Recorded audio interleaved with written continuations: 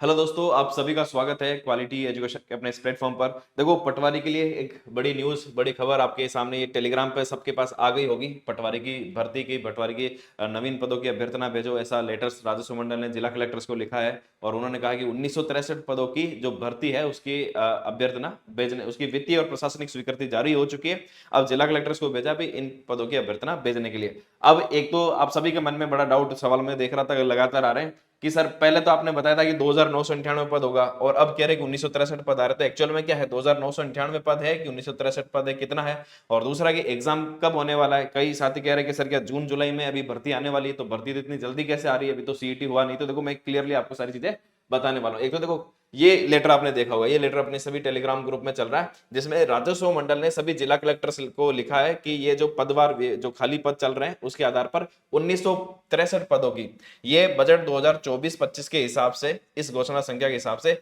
1963, आपको क्लियर दिख नहीं रहा होगा, ये तो आपने टेलीग्राम पे देख लिया होगा, मैं सिर्फ रेफरेंस दे रहा हूं आपको। 1963 पदों की प्रशासनिक और वित्तीय स्वीकृति जो राजस्थान गवर्नमेंट से प्राप्त होती है वो प्राप्त हो चुकी है। ठीक है, वित्त विभाग से ये सारी हो चुकी है और ये लेटर भी इन्होंने संलग्न करके बता दिया। तो 1963 पद आ रहा। अब बात आ रही है कि जब पहले मैंने एक वीडियो और बनाया था जिसमें अपने ये डॉक्टर भागचंद बदाल जी हैं, जो अभी अधीनस्थ बोर्ड के सेक्रेटरी, उन्होंने क्या बताया?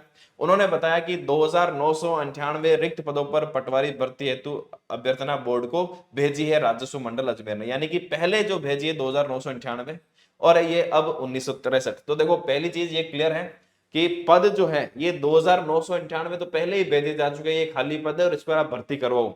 वो भर्ती तो इसलिए नहीं हो पाई कि न तो नई सीईटी हुई और अभी आचार संहिता भी लगी हुई, तो न तो सीटी एग्जाम हुआ, नहीं ये भर्ती के बारे में कुछ भी आया, इसलिए वो रुकी। तो 2998 पद तो पहले से हैं, वो अलग चीज है।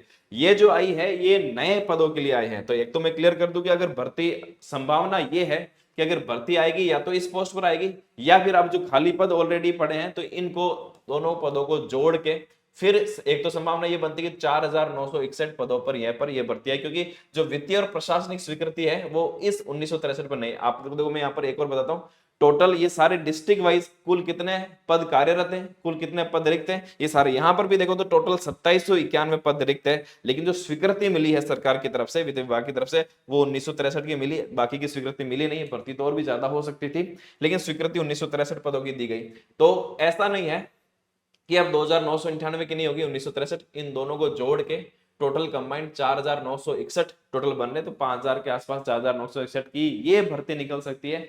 सिर्फ 1963 की नहीं आएगी, सिर्फ ये नहीं आएगी, अब निकालेंगे तो दोनों निकाल के आ सकती है। तो मेरे ख्याल से ये डाउट तो आपकी क्लियर हो गया कि ये वाली भर्ती है या ये वाली।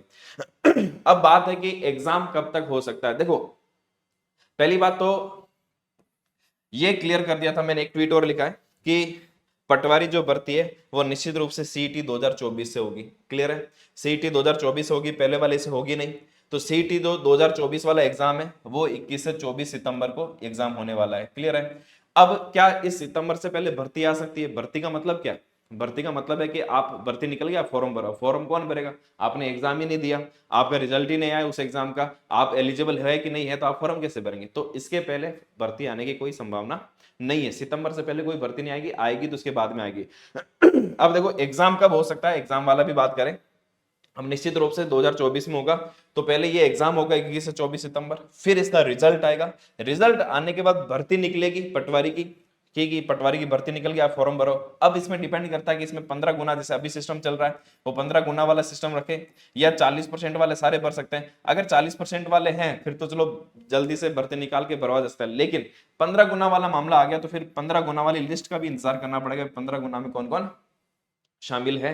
तो इस तरह से प्रोसेस थोड़ा सा लंबा जा सकता है। अब ये जाएगा, इसका कोई सॉल्यूशन अभी है नहीं, क्योंकि 21 से 24 सितंबर को तो ये एग्जाम प्रस्तावित है, इससे पहले होना संभव है नहीं, इससे लेट ही हो सकता है। हालांकि ये इसी डेट को करा देंगे, लेट नहीं। तो ये मान के चलो कि 2 महीने लगभग इसमें लग जाएंगे, 2-3 महीने इस पूरे प्रोसेस में। तो संभावना है कि ये जो भर्ती है ये 2025 में ही जाएगी। 2025 में जनवरी, फरवरी, मार्च ये आप ले सकते हैं कि अगर बोर्ड जल्दी भी करेगा तो भी मान के चलिए कि ये लगभग लगभग मान के चलो कि जनवरी तक तो संभव है ही है कि जनवरी तक भर्ती निकले, फरवरी मार्च तक लगभग टाइम मिले, तो फरवरी मार्च तक एग्जाम जा सकता है। क्लियर है। तो एग्जाम थोड़ा सा लेट हो, ये मैंने एग्जैक्ट जानकारी दी, मैंने ये नहीं कि भाई भर्ती जल्दी आ जाएगी आप तैयारी करो, तैयारी करनी ही है। ऐसा नहीं कि मैंने ये बता दिया कि अब तो एग्जाम लेट होगा तो अभी तैयारी नहीं करनी, तैयारी करनी है। एग्जैक्ट ज्यादातर कैंडिडेट क्या करते हैं कि सर एग्जाम तो अभी लेट है, तैयारी बाद में करो।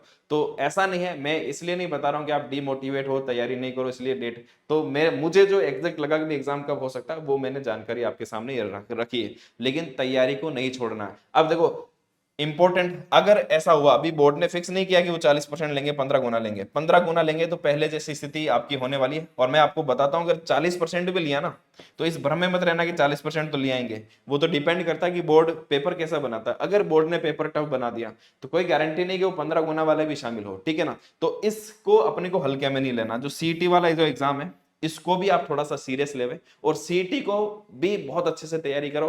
पिछले जो सीईटी एग्जाम में जिसने दिया नहीं या जिसने अच्छे से तैयारी नहीं की वो अभी भी रो रहे हैं कि ऐसा कैसे हो गया हमारे साथ, फिर उसका कोई सॉल्यूशन मिलता नहीं है। तो सीईटी को सीरियस मान के आप सीईटी की तैयारी शुरू करो। और अगर आपने सीईटी की तैयारी अभी से अच्छे से कर ली तो आपके सामने पटवार एग्जाम नहीं है लेकिन सीईटी एग्जाम तो है आपके सामने। अगर सीईटी एग्जाम आपके सामने है इसका मतलब है कि सीईटी में जो सिलेबस है वो पटवारी, आरएस सबका सिलेबस इसमें शामिल हो गया। तो आप तो सीईटी ग्रेजुएशन लेवल को बिल्कुल मेन एग्जाम मानकर इसकी तैयारी करो। ये मत सोचो कि ये तो क्वालिफाई करना, 40% वाला पार करना भी कई बार मुश्किल हो सकता है। अगर ये किया और 15 गुना किया फिर तो जो ऊपर के टॉप 15% है उन्हीं को लेंगे, 85% को बाहर ही करना।